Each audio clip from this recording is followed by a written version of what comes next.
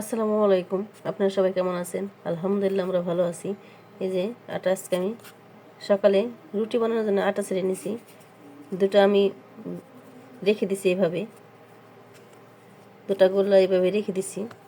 রেখে দিয়ে এখানে আমি চুই ঝাল ঝাল পিঠা বানাবো। দেখেন, প্রথমে কিন্তু এই যে এভাবে এভাবে একদম এখানে একটু ময়দা দিয়ে দেব। এভাবে এরকমভাবে করে নেব।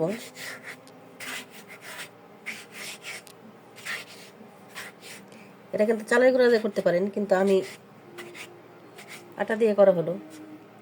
এটা এখান থেকে আপনারা চাইলে যে এইভাবে করে নিতে পারেন,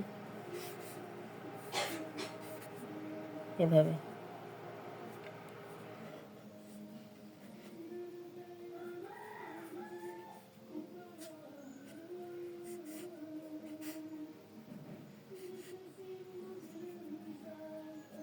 দেখেন, এভাবে এভাবে করে নেব আমি সবগুলা। এটা কিন্তু আমি ঝাল বানাবো, এটা মিষ্টি বানাবো না। দেখতে থাকুন। দেখেন, এই যে এভাবে বানিয়ে নেওয়া যায়। আপনারা চাইলে দুই রকম করে বানিয়ে নিতে পারেন। হাত দিয়ে এভাবে একটু করে এভাবে করে বানিয়ে নিতে পারেন, এভাবে এভাবে। কিন্তু আবার এরকম আমার মা বানাতো এভাবে একটু করে, এরকম এইভাবে। দেখছেন, একদম ইজি। এরকম একটু আটা নিয়ে নিতে হবে। এটা খেতে কিন্তু একদম পাস্তার মতো লাগবে। দেখেন, এরকম করে হবে। এরকম করে সবগুলো বানিয়ে নেব। দেখেন, এই যেমন চুই ঝাল পিঠাগুলো বানানো শেষ। দেখেন কতটা সুন্দর হয়েছে। চুলায় পানি দিয়ে দিচ্ছি,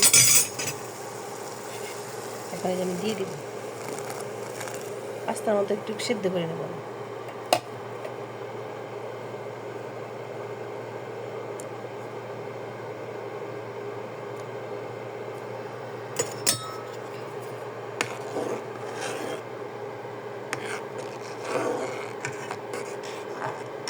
হালকা একটু সিদ্ধ করে নেব।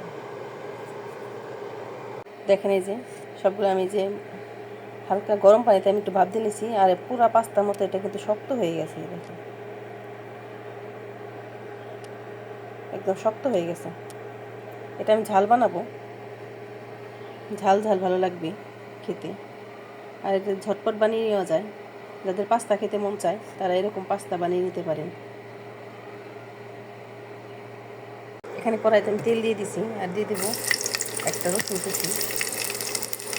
রসুন কুচি অবশ্যই লাগবে, যেরকম আপনারা পাস্তা রান্না করেন সেম এরকমই রান্না করবেন।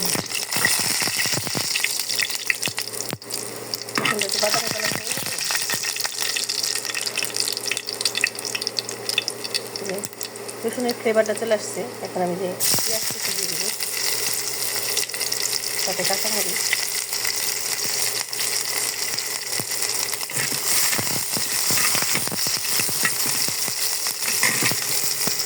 এটা খেতে কিন্তু দারুণ লাগে। আর এর সাথে আমি আলুটা দিয়ে দেবো।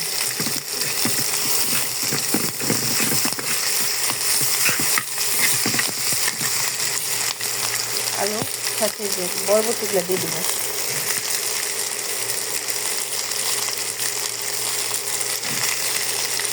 এটা খেতে কিন্তু অসাধারণ হবে। আপনারা বাসায় এরকম ট্রাই করতে পারেন। একদম কালারফুল হয়ে গেছে দেখুন। আর এখানে যে সামান্য লবণ দিয়ে দেবো,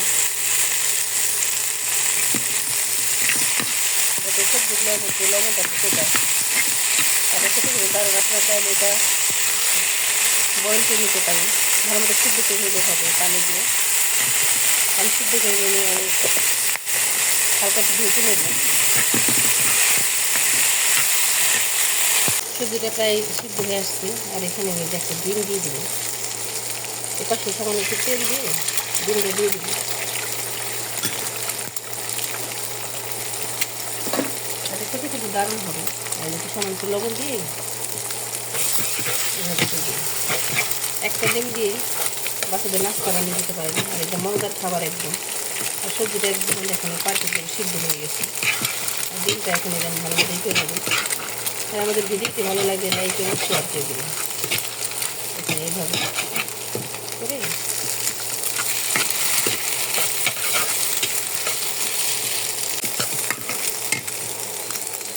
আপনারা চাইলে এখানে আরও বেশি মশলা দিতে পারেন, কিন্তু আমার বেশি মশলা দেবো না। আর এখানে দিয়ে দেবো একটু সয়া সস।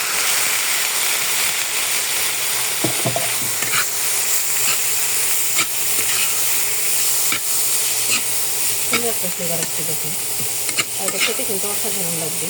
আর আমি এই যে ঝাল পিঠাগুলো দিয়ে দিব।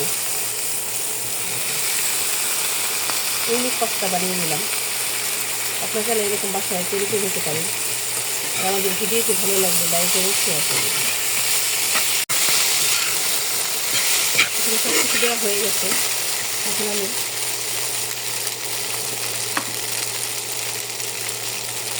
ম্যাগি মশলা দিয়ে দেবো, যাতে খেতে ভালো লাগে।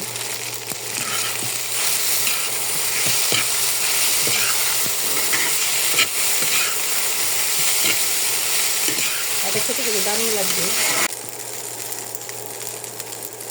ইউনিক পাস্তাটা রান্না হয়ে গেছে। আর এখানে দিয়ে দেবো ধনিয়া পাতা। ধনিয়া পাতা তো অবশ্যই লাগবে, ধনিয়া পাতা ছাড়া হবেই না। ধনিয়া পাতা দিয়ে এটা আমি ভালো মতো মেরে নেবো। দেখতে কতটা সুন্দর হয়েছে, কতটা সুন্দর হয়েছে। দেখেন আমার রান্নাটা শেষ। আর দেখেন এই ঝটপট রান্না কিন্তু আমার কতটা সুন্দর হয়েছে। আর এটা খেতেও কিন্তু দারুণ হয়েছে, কালারফুল হয়েছে। আপনারা বাসায় এরকম তৈরি করে নিতে পারেন। আটা দিয়ে দেখেন এত সুন্দর চুই ঝাল পিঠা বানাইলাম। দেখেন এই যে চুই ঝাল পিঠা আমার বানানো শেষ। আর এটা কিন্তু একদম পাস্তার মতো হয়েছে, অসাধারণ কালার হয়েছে। আর খেতেও কিন্তু দারুণ। আপনারা বাসায় এরকম ট্রাই করতে পারেন। আর আমাদের ভিডিওটি ভালো লাগলে লাইক এবং শেয়ার করে দেবেন। দেখেন কতটা সুন্দর হয়েছে, অসাধারণ দেখতে হয়েছে। আর এটা শীতের মধ্যে কিন্তু খেতে অসাধারণ লাগবে। দেখেন এই যে এগুলো কিন্তু ভেঙে যাবে না, আর একটার সাথে একটা লেগে যাবে না। দেখেন একটার সাথে কিন্তু একটা কখনো লাগেনি। দেখেন একদম ঝরঝরা ইউনিক পাস্তা।